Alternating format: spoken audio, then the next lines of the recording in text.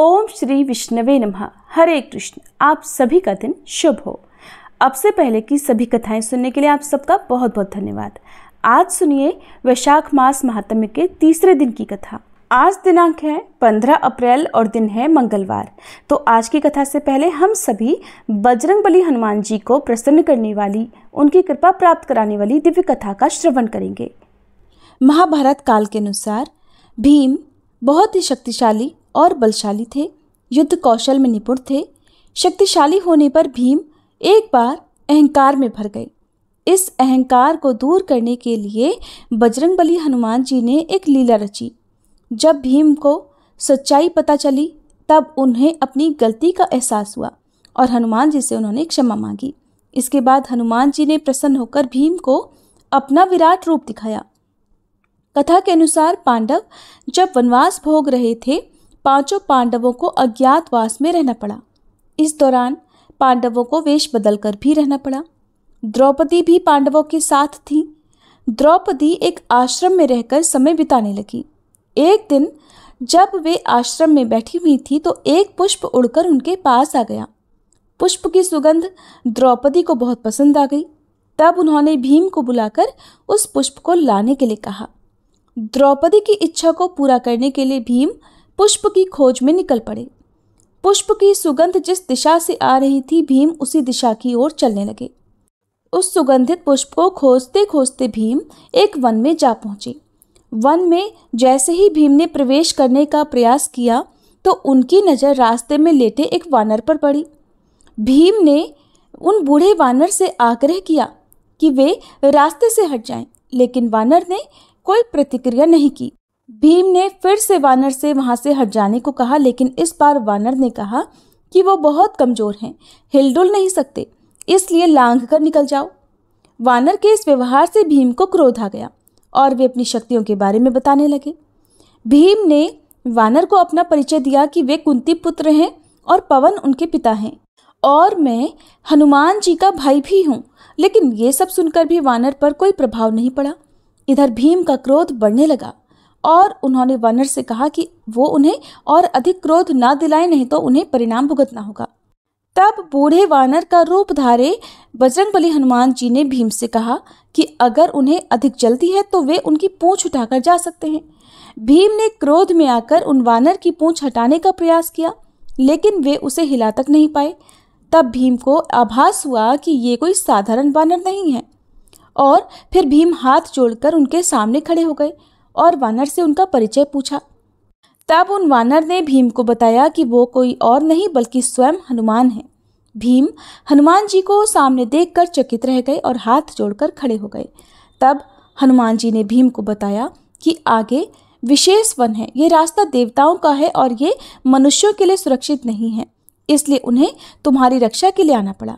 भीम को हनुमान जी ने उस पुष्प के बारे में बताया कि वहां से वह पुष्प ले जा सकते हैं। पुष्प लेने के बाद हनुमान जी ने भीम से कहा कि अब तुम यहाँ से जा सकते हो। भीम ने हनुमान जी से आज्ञा लेने से पहले अपनी एक इच्छा भी रखी। भीम ने हनुमान जी को अपना विराट रूप दिखाने की इच्छा प्रकट की। तब भीम के कहने पर हनुमान जी ने विराट रूप धारण किया और उस विराट रूप के दर्शन करने के बाद भीम ने हनुमान जी का आशीर्वाद लिया। हनुमान जी ने भीम को गले से लगाया। हनुमान जी के गले लगाने से भीम की शक्ति और भी बढ़ गई। भीम ने हनुमान जी से आग्रह किया कि वह कौरवों के साथ होने वाले युद्ध में पांडवों का साथ दे, जिस पर हनुमान जी ने कहा कि जिस युग से मैं हूँ वह युग दूसरा था, उसमें मैंने श्री राम के लिए कई युद्ध किए थे। अब ये युग दूसरा है, यहाँ मेरा युद्ध करना सही नहीं है, इसलिए मैं युद्ध में सम्मिलित नहीं हो सकता, किंतु युद्ध में पांडवों के रथ की ध्वजा पर मेरा वास होगा। इस प्रकार हनुमान जी महाभारत युद्ध में हमेशा श्री कृष्ण और अर्जुन के रथ की ध्वजा पर विराजित रहे और अर्जुन और पांडवों के रथ की रक्षा करते रहे। प्रेम से बोलिए पवन सुत हनुमान की जय, सियापति रामचंद्र की जय। कई बार ऐसा होता है कि जो लोग भगवान की सुबह और शाम सेवा करते हैं, मंदिर में पूजा पाठ करते हैं, साफ सफाई करते हैं, मंदिर से जुड़े या भगवान से जुड़े सारे काम करते हैं, तो वे अपने आप को ही भगवान का सबसे बड़ा और सच्चा भक्त समझने लगते हैं। लेकिन ये सारे काम करते समय अगर भगवान के प्रति श्रद्धा या भक्ति ही नहीं है तो फिर ये सारे काम किसी भी पुण्य में नहीं गिने जाते।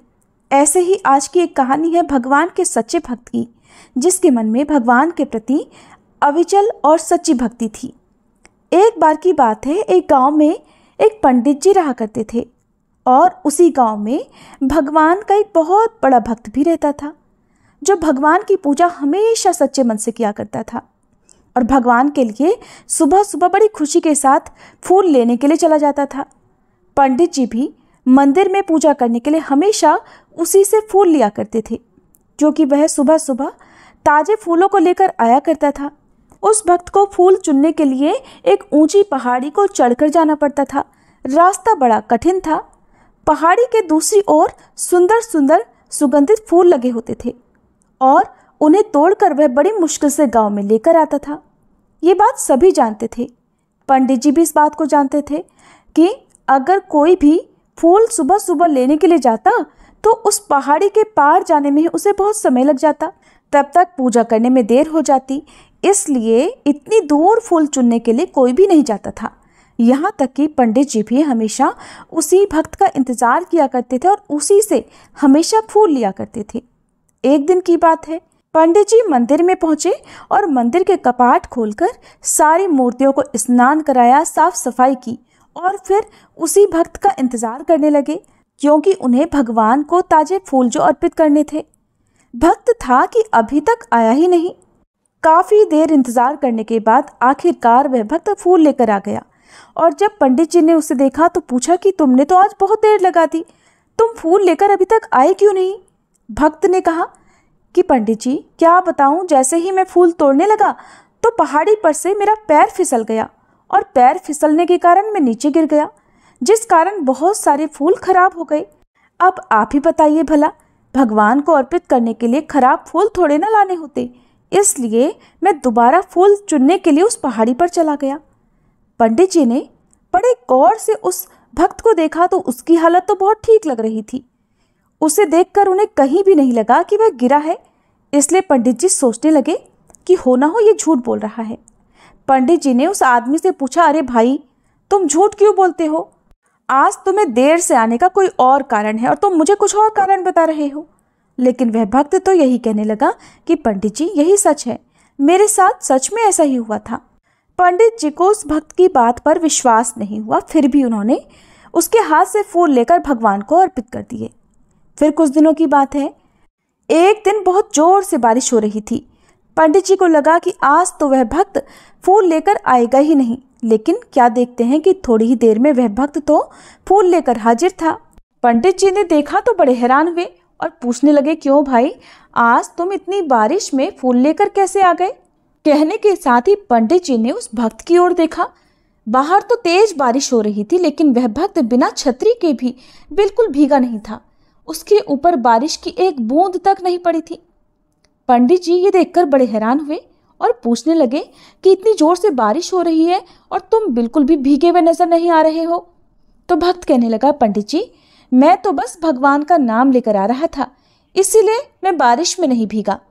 पंडित जी को उसकी बात पर विश्वास नहीं हुआ, इसलिए पंडित जी बोले कि अच्छा एक बार फिर से तुम इस बारिश में बाहर जाकर दिखाना। तो जब वह भक्त बारिश में फिर से बाहर गया तो जहां जहां वह जाता उस तरफ से बारिश थम जाती और बारिश की एक बूंद भी उस भक्त पर नहीं पड़ती।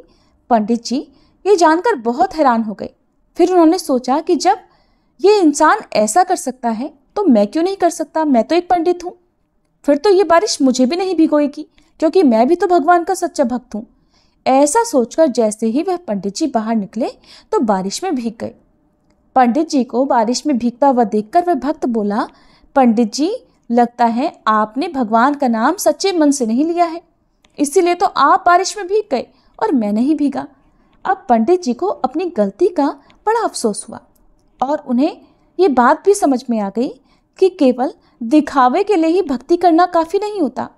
असल भक्ति तो तब होती है जब भगवान के प्रति मन में सच्ची भावना हो, और भगवान भी अपने ऐसे ही भक्तों की सहायता करते हैं जो कि निश्चल भाव से उनकी भक्ति किया करते हैं। ये थी आज की कहानी। अब आप सभी सुनिए वैशाख मास महात्म्य में आज की कथा। आज की कथा में वर्णन किया गया है महर्षि वशिष्ठ जी के उपदेश से राजा कीर्तिमान का अपने राज्य में वैशाख मास के धर्म का पालन कराना और यमराज का ब्रह्मा जी से राजा के लिए शिकायत करने का।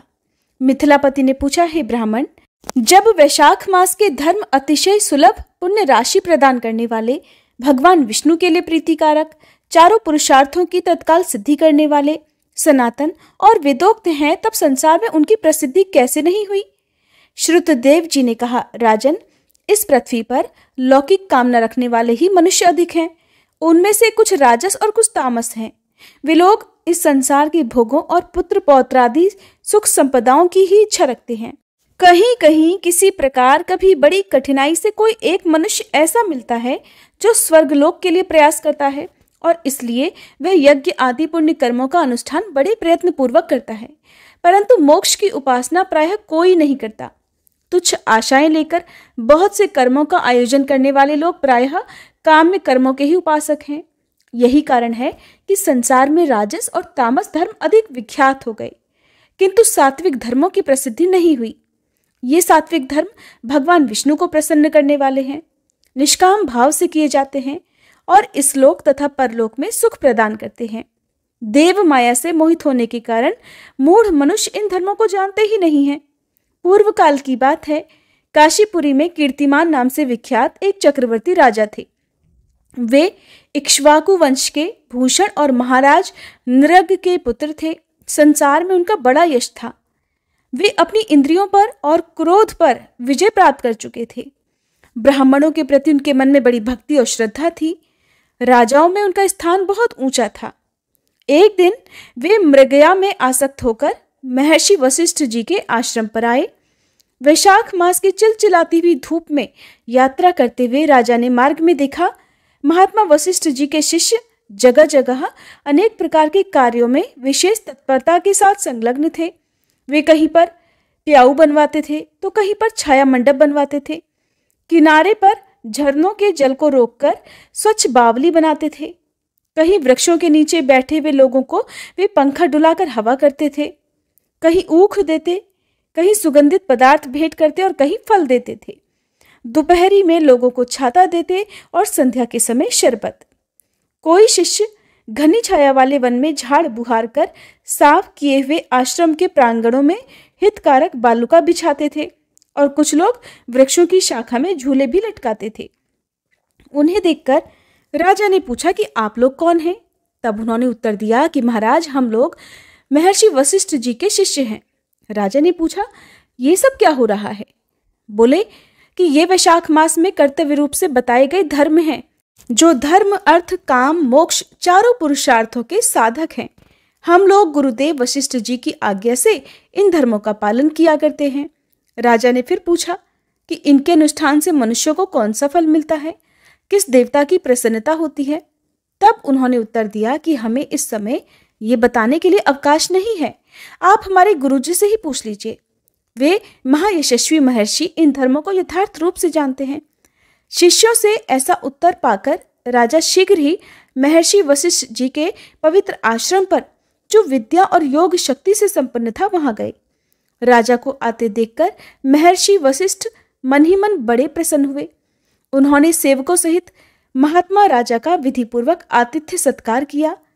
जब वे आराम से बैठ गए तब गुरु वशिष्ठ से प्रसन्नता पूर्वक राजा बोले कि भगवान, मैंने मार्ग में आपके शिष्यों द्वारा परम आश्चर्यमय शुभ कर्मों को होते देखा है, किंतु उनके संबंध में जब मैंने उनसे प्रश्न किया तब उन्होंने कोई भी दूसरी बात न बताकर सीधे आपके पास जाने की आज्ञा दे दी।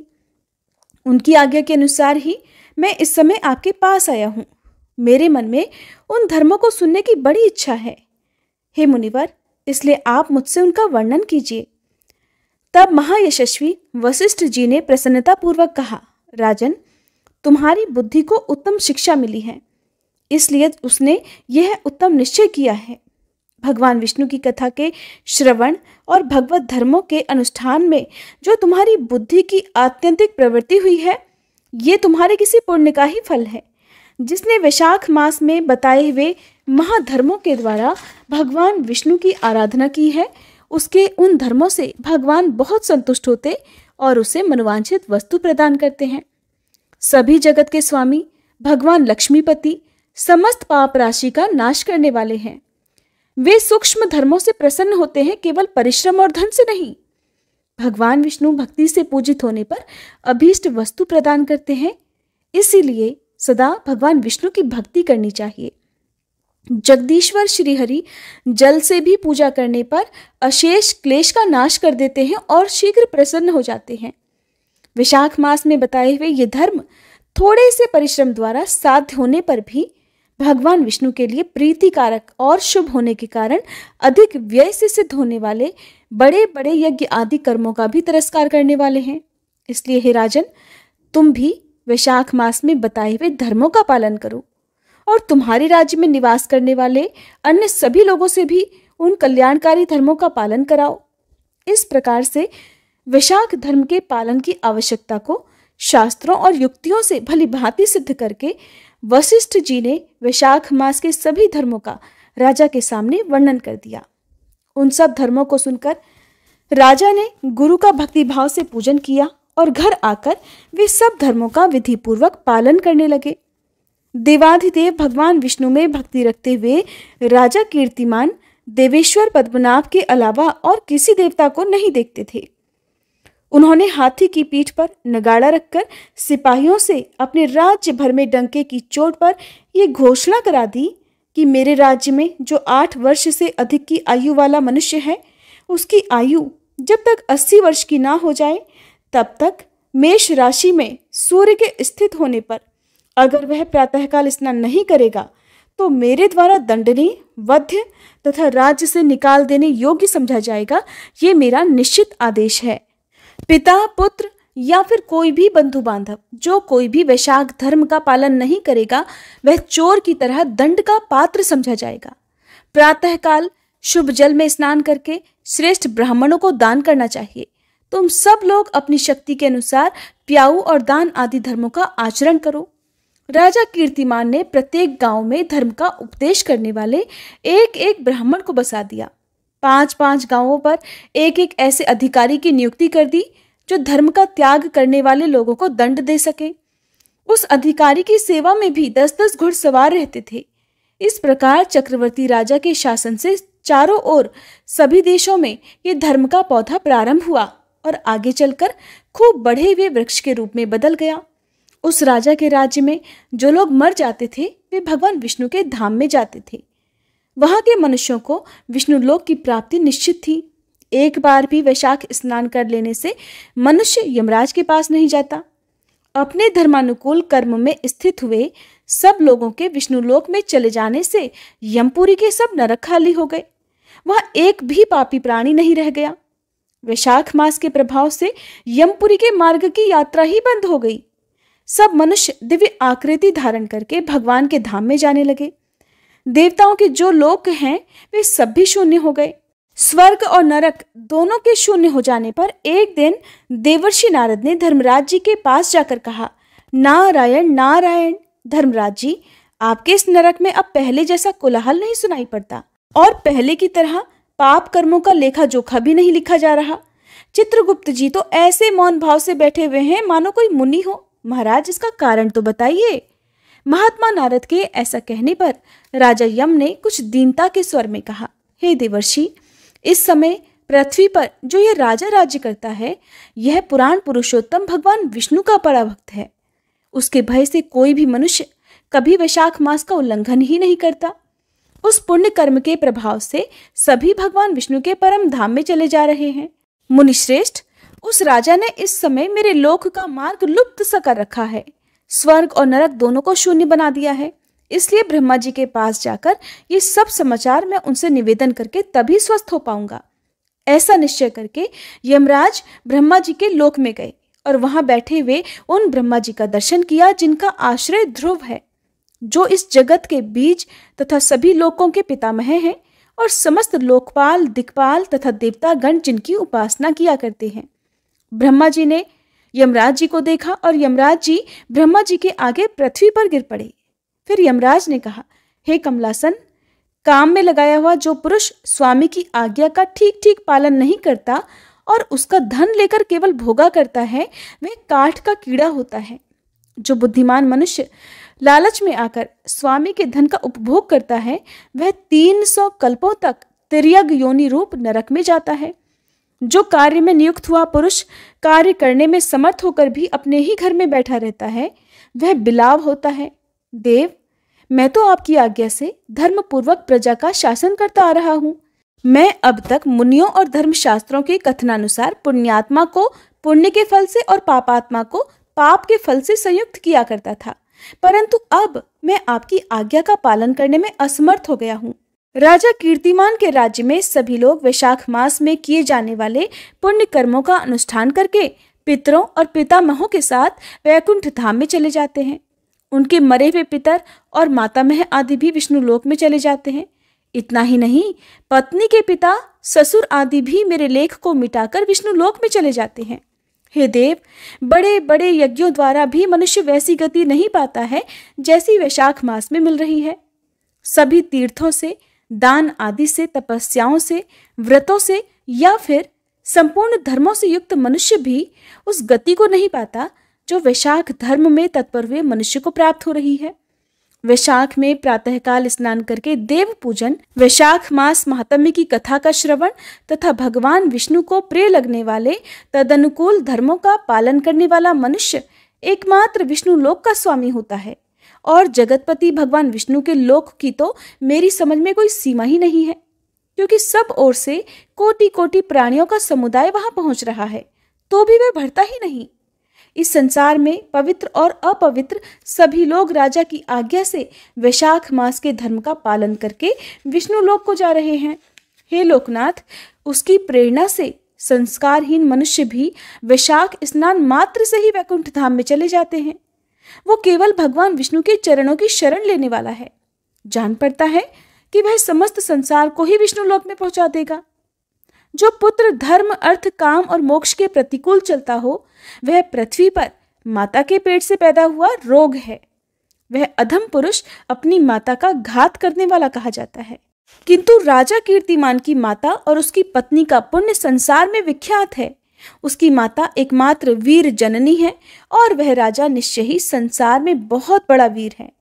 जिस प्रकार राजा कीर्तिमान मेरी लिपि को मिटाने में उद्यत हुआ है, ऐसा उद्योग पुराणों में और किसी का भी नहीं सुना गया है। भगवान विष्णु की भक्ति में तत्पर हुए राजा कीर्तिमान के सिवा दूसरे ऐसे किसी को भी मैं नहीं जानता जो डंका बजाकर घोषणा करते हुए लोगों को ऐसी प्रेरणा देता हो और मेरे लोक के मार्ग को विलुप्त करने का प्रयास करता रहा हो। जय श्री कृष्णा। इसके आगे का वृतांत आप अगले अध्याय में सुनेंगे, जिसमें श्री ब्रह्मा जी का यमराज जी को समझाना और फिर भगवान विष्णु का उन्हें वैशाख मास में भाग दिलाने का वर्णन है। अब सुनिए श्री कृष्ण चालीसा पाठ।